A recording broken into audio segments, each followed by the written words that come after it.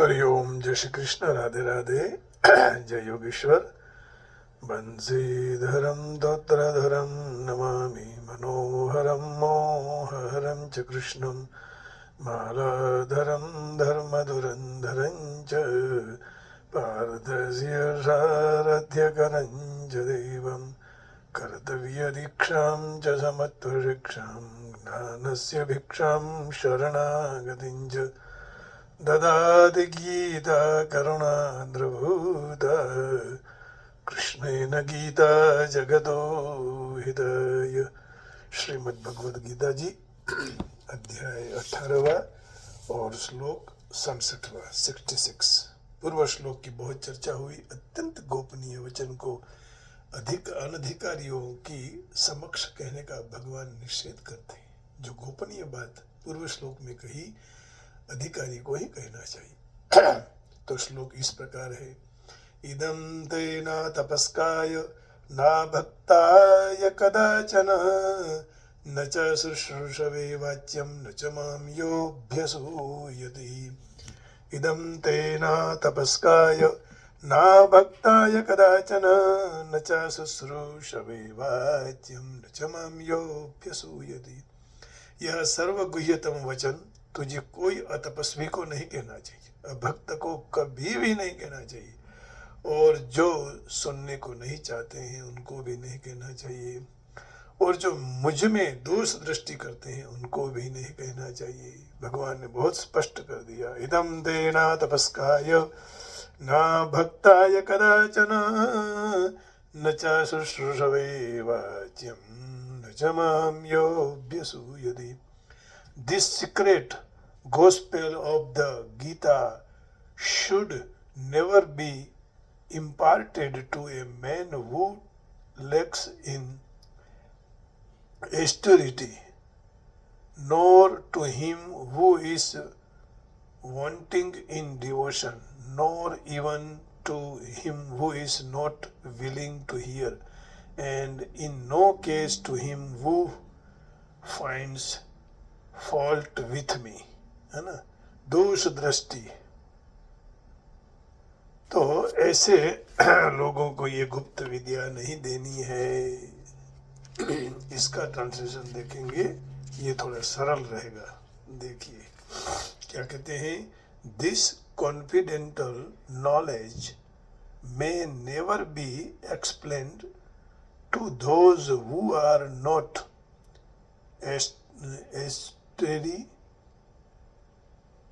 steady or devoted or engaged in devotional service, nor to one who is envious of me. envious of me माने जो दोष दृष्टि मुझ में दिखते हैं, ऐसे लोगों को भी यह ज्ञान देना नहीं चाहिए। इदं ते न तपस्काय, पूर्व श्लोक में आए हुए सर्वधर्मान परित्यज्य मामेकं शरणं व्रज, यह सर्वगुह्यतम वचन के लिए यहाँ इदम पद कहा है। अपने कर्तव्य का पालन करते हुए स्वाभाविक जो कष्ट आ जाए, विपरीत परिस्थिति आ जाए, उसको प्रसन्नता पूर्वक रहने का नाम है तप। विपरीत परिस्थिति में भी ठीक से रहो, इसी का नाम है तप। और तप के बिना अंतःकरण में पवित्रता नहीं आती, और पवित्रता के बिना कल्याण की बातों हम धारण नहीं कर सकते हैं। इसलिए भगवान कहते हैं कि जो तपस्वी नहीं है उनको यह सर्वगुह्यतम रहस्य नहीं कहना चाहिए। जो सहिष्णु अर्थात सहनशील नहीं है लेकिन वह अतपस्वी है, इसलिए उनको भी सर्वगुह्यतम रहस्य नहीं कहना चाहिए। अब असहिष्णुता की 4 बात भगवान ने बताई। द्वंद्व सहिष्णुता। द्वंद्व सहिष्णुता क्या है? राग द्वेष हर्ष शोक दुख मान अपमान निंदा स्तुति आदि से द्वंद्वों से पर हो जाए। ते द्वंद्व मोह निर्मुक्ता, है ना। 7वें अध्याय का 28वां श्लोक में भगवान ये कह रहे हैं, ते द्वंद्व मोह निर्मुक्ता येषां त्वन्तगतं पापं जनानां पुण्यकर्मणां ते द्वन्द्वमोह निर्मुक्ता भजन्ते मां दृढ़व्रतः। परंतु जो उत्तम कर्मों का आचरण करने वाले मनुष्यों के पाप नष्ट हो चुके हैं और वे द्वंद्व मोह से मुक्त हुए मनुष्य दृढ़ निश्चयी होकर मुझे सब तरह से भजन करते हैं। तो ते द्वंद्व मोह निर्मुक्त। अब देखिए गीता जी का 15वां का 5, द्वंद्वैर्विमुक्ता सुख दुख संगैः, द्वंद्व से विमुक्त हो जाए। निर्माण मोहा जित संग दोष अध्यात्म नित्य विनिवृत्त काम, द्वंद्वैर्विमुक्ता सुख दुख संगैर् गच्छन्त्यमूढः पदमव्ययम् तत्, निर्माण मोहाजित संग दोष अध्यात्म नित्य विनिवृत्त काम, द्वंद्वैर्विमुक्ता सुख दुख संगैर् गच्छन्त्यमूढः पदमव्ययम् तत्। जिनके मान और मोह नष्ट हो चुके हैं, जिन्होंने आसक्ति रूप दोषों को जीत लिया है और जिनकी परमात्मा के स्वरूप में नित्य स्थिति है और जिनकी अपनी दृष्टि से संपूर्ण कामनाएं नाश हो चुकी है, सुख दुख रूपी द्वंद्वों से मुक्त हो गए, ऐसे उच्च स्थिति वाले मोह रहित साधक भक्त तो अविनाशी परमपद परमात्मा को प्राप्त होते हैं। निर्माण मोहाजित संग दोष अध्यात्म नित्य विनिवृत्त काम, द्वंद्वैर्विमुक्ता सुख दुख संगैर् गच्छन्त्यमूढः पदमव्ययम् तत्। तो ये हुई द्वंद्व सहिष्णुता। अब दूसरी है वेग सहिष्णुता। तो वेग में क्या आता है? काम क्रोध लोभ द्वेष आदि उत्पन्न नहीं होने देना। काम क्रोधोद्भवम वेगम, 5वें अध्याय के 23वें श्लोक में भगवान कहते हैं काम क्रोधोद्भवम वेगम। 5वां अध्याय और श्लोक है 23। ये रहा काम क्रोधोद्भवम वेगम, जैसे उसको रोकना चाहिए। शक्नोति हैव यः सोढुं प्राक् शरीर विमोक्षणात् काम क्रोधोद्भवम वेगम सयुक्तस्य सुखी नरः। जो साधक इस मनुष्य देह में नाश होते पहले ही काम क्रोध में से उत्पन्न होते हुए वेग को सहने के लिए समर्थ बन जाता है, वही मनुष्य योगी है और वही सुखी है। शक्नोति हैव यः सोढुं प्राक् शरीर विमोक्षणात् काम क्रोधोद्भवम वेगम सयुक्तस्य सुखी नरः। अब बोलते हैं परमत सहिष्णुता। परमत सहिष्णुता, दूसरों के मत में जो महिमा सुनकर अपने मत में संदेह होना और उनके मत से उद्वेग नहीं होना। एकम सांख्यम योगम च यः पश्यति स पश्यति। तो एक जो देखता है, गीता जी के 5वें अध्याय के 5वां श्लोक है ना, एकम सांख्यम च योगम च यः पश्यति स पश्यति। ये रहा 5वां श्लोक।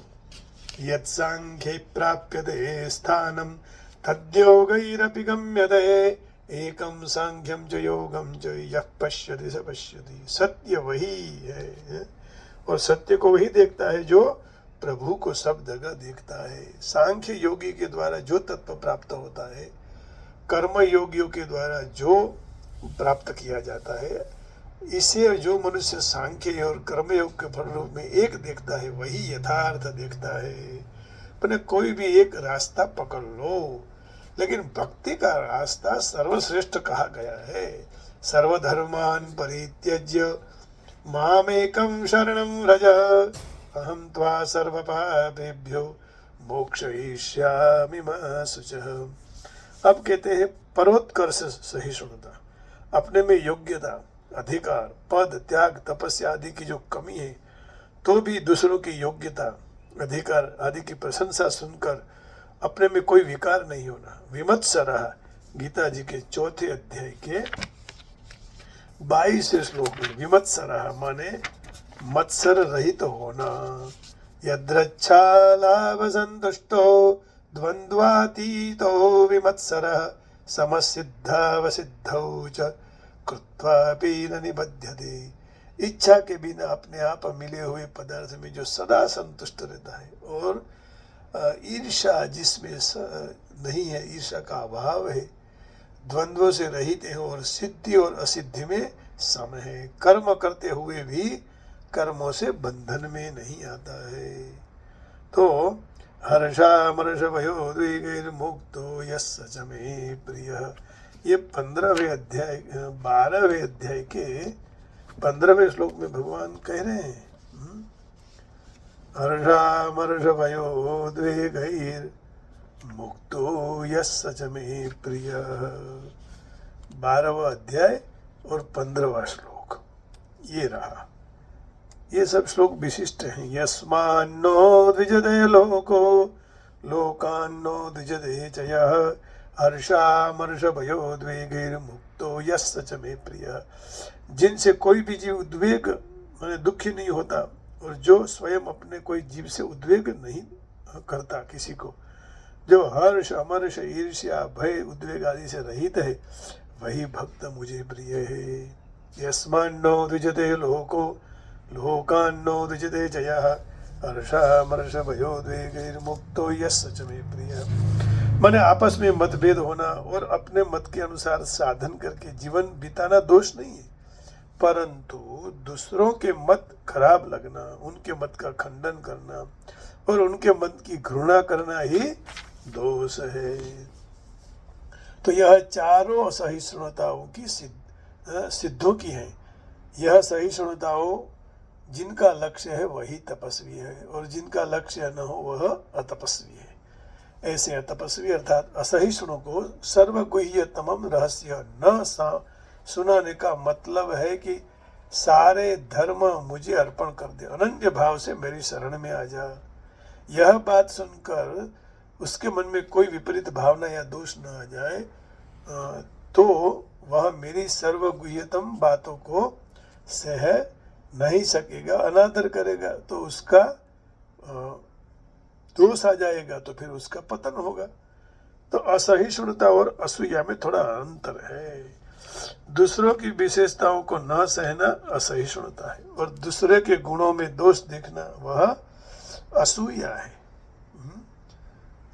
दूसरों की विशेषता को न सहना असहिष्णुता, और दूसरे के गुणों में दोष देखना असूया। तो ये खास ध्यान रखना है कि दूसरे का भाव जो किसी को हो, भगवान ने कहा है कि तू मेरे शरण में आ जा और मैं ही तुम्हें सारे पापों से मुक्त कर दूंगा, चिंता नहीं करो।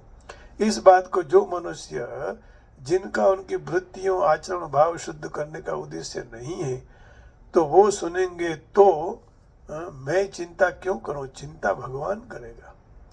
तो ऐसा उल्टा समझकर उनको दुर्गुण दुराचार में लग जाएंगे और अपना अहित कर बैठेंगे। इसलिए मेरी सर्वगुह्यतम बात का दुरुपयोग होगा, इसलिए कुपात्र को नहीं सुनाना चाहिए। कुपात्र को दान दियो न दियो, कवि गंग कहे सुन साह अकबर। तो ना भक्ता एक दाचना, जिनमें भक्ति नहीं है, जिनको भगवान पर भरोसा नहीं है, श्रद्धा नहीं है, विश्वास नहीं है, उनको ये बात नहीं कहना। श्रद्धा विश्वास भक्ति न होने से उनकी ऐसी विपरीत धारणा हो सकती है कि भगवान तो आत्मश्लाघी है, अपनी प्रशंसा कर रहे हैं, स्वार्थी है, दूसरों को वश करने का चाहते हैं।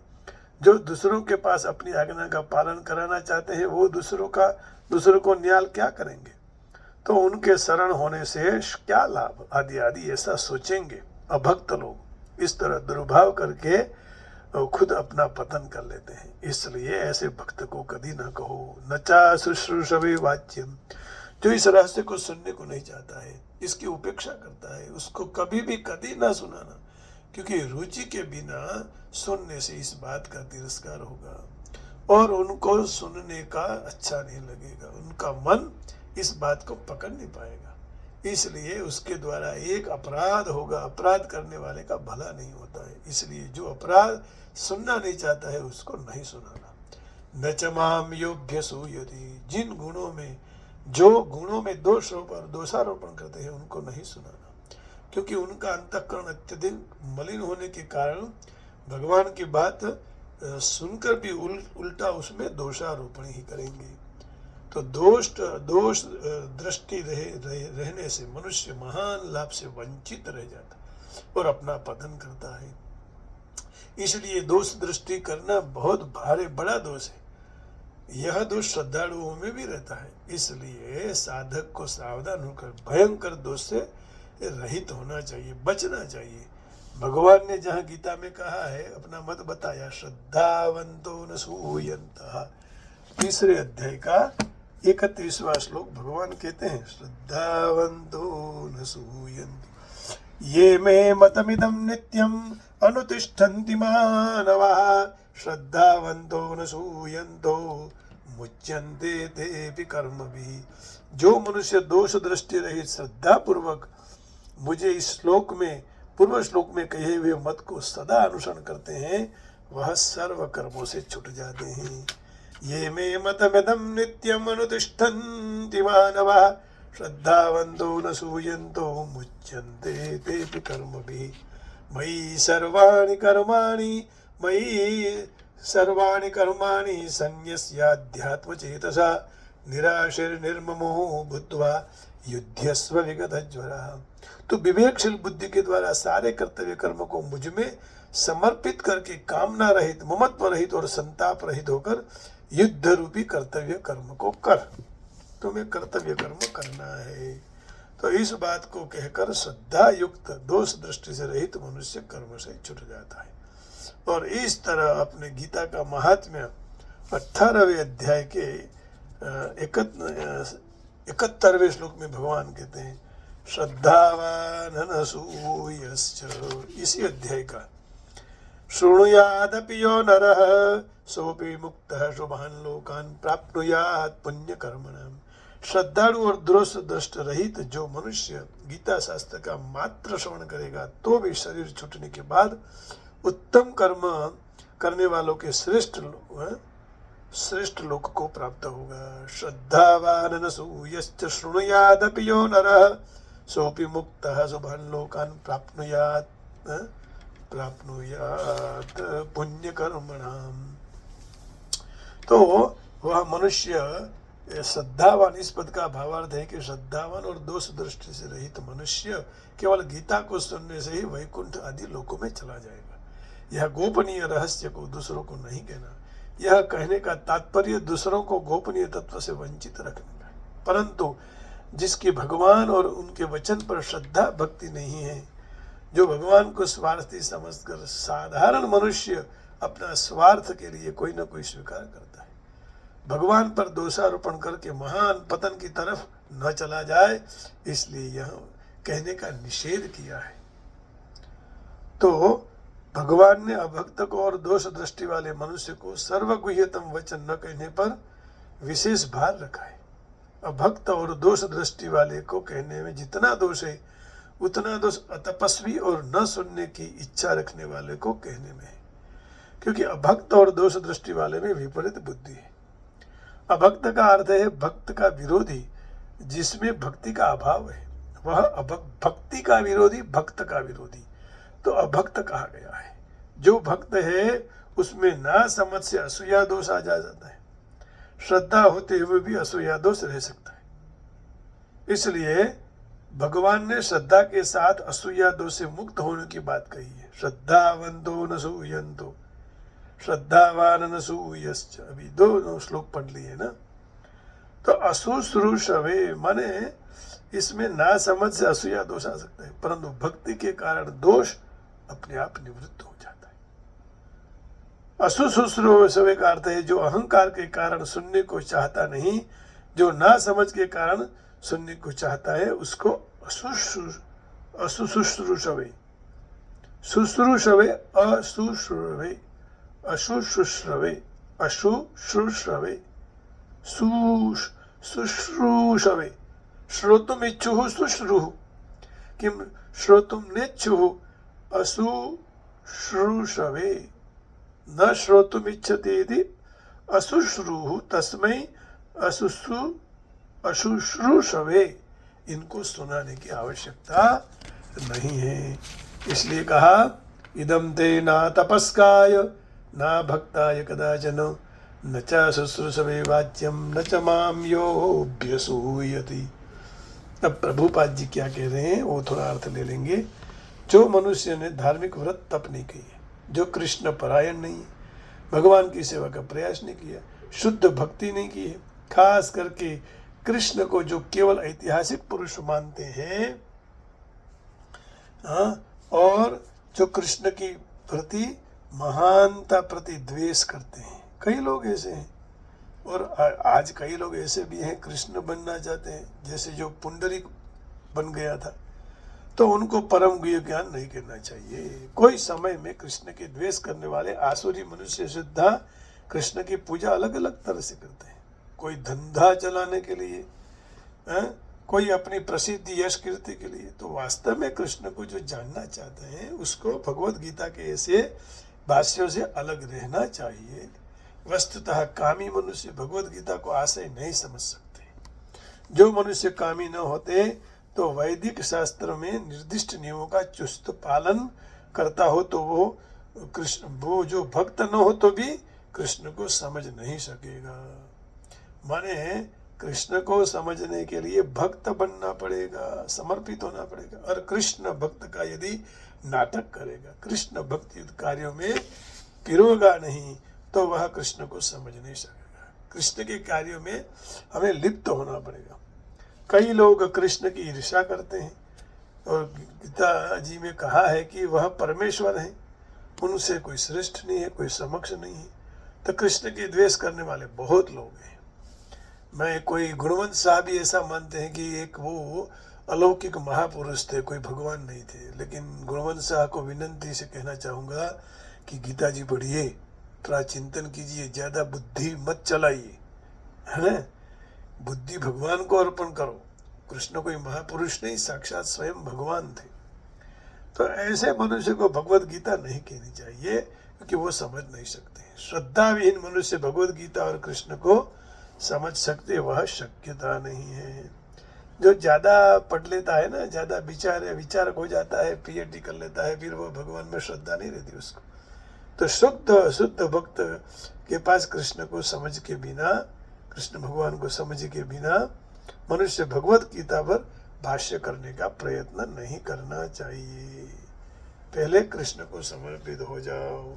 इदंते ना तपस्काय ना भक्ताय कदाचन न च शुश्रूषवे वाच्यम न च मम योऽभ्यसूयति। जो मनुष्य संयमी नहीं है, निष्ठावान नहीं है, भक्ति में पिरे हुए नहीं है, उनको यह ज्ञान, गुह्य ज्ञान नहीं देना चाहिए। मेरा द्वेष करने वाले को भी नहीं देना चाहिए।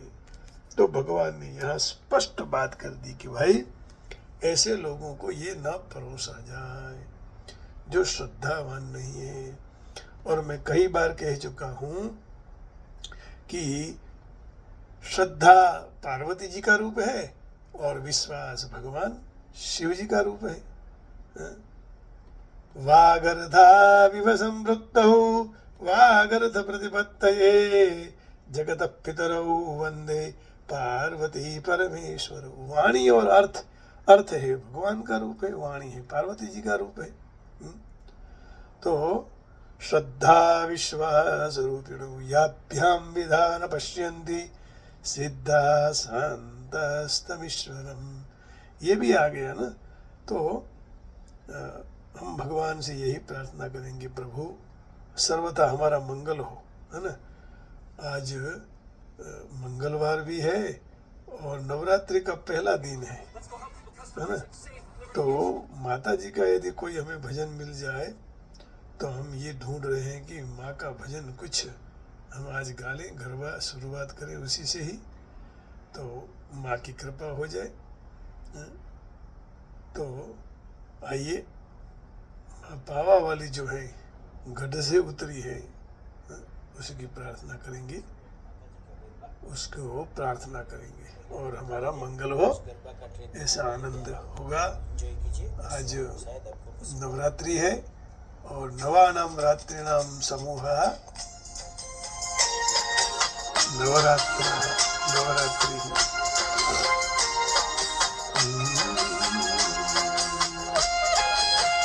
हे जगदम्बे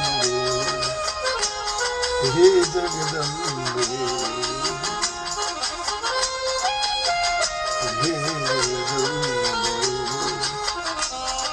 हे जगदम्बे,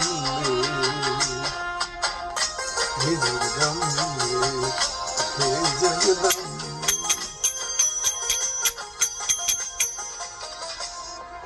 पावाते गगती उतऱ्या माकाळी रे, पावाते गगती उतऱ्या माकाळी रे।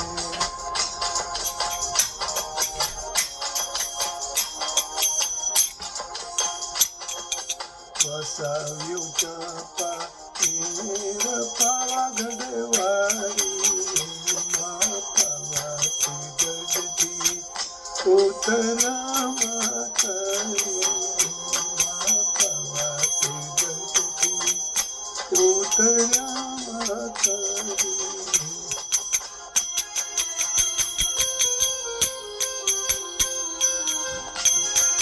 मामा तुम्ही आमा,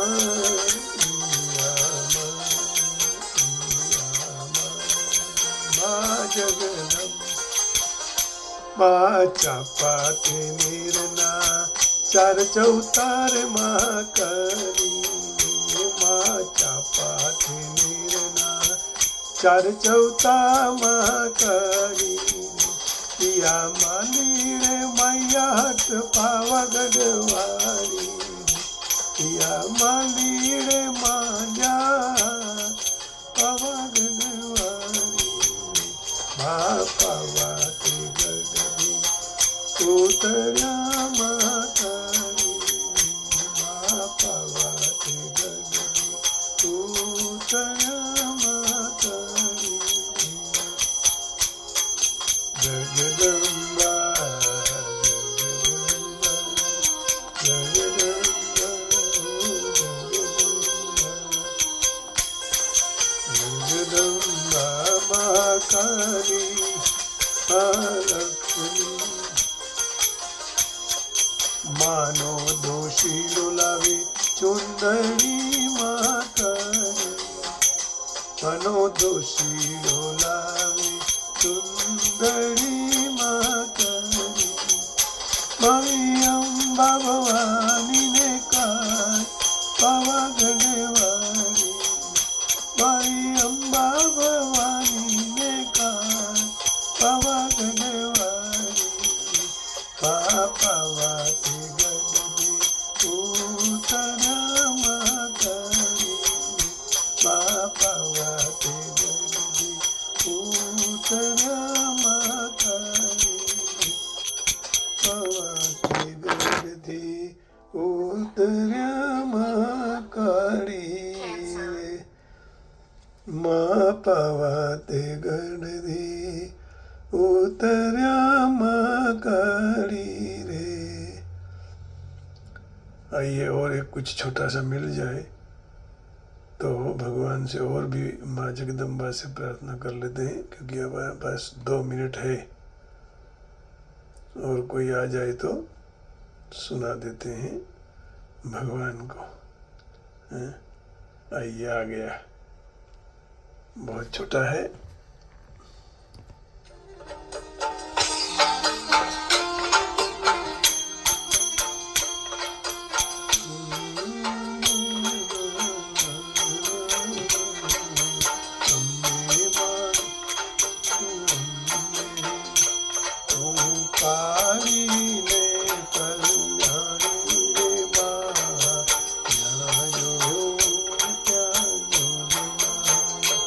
Oh,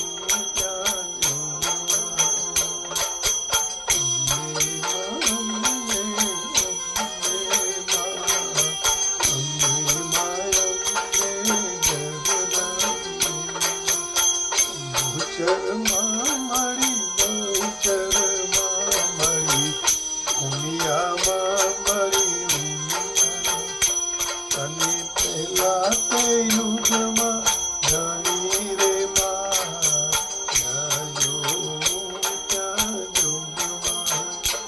અને પહેલા તે યુગમાં જાણી રે માં ત્યાં જોગમાં ઓ શંકરની પધરાણી રે માં ત્યાં જોગમાં ઓ શંકરની પધરાણી રે માં ત્યાં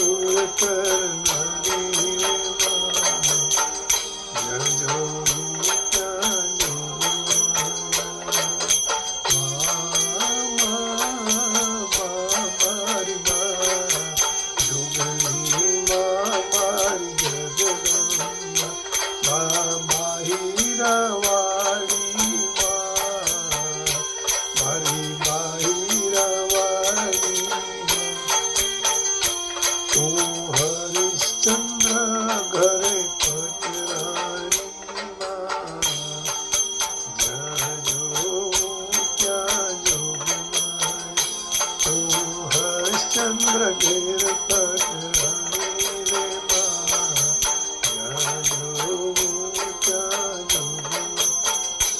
અને ત્રીજા તે યુગમાં જાણીઓ માં જ્યાં ત્યાં જોગમાં અંબે માં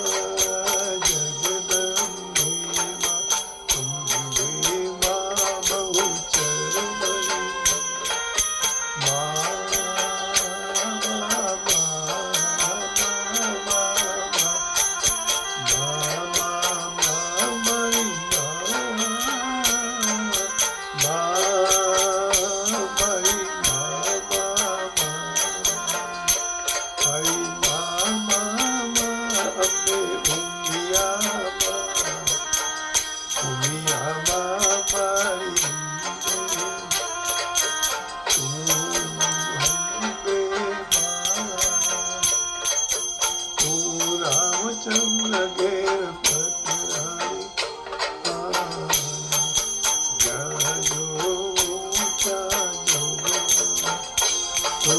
રામચંદ્ર ઘેર પટરાણી રે માં જોગમાયા તું કાળી રે કલ્યાણી રે માં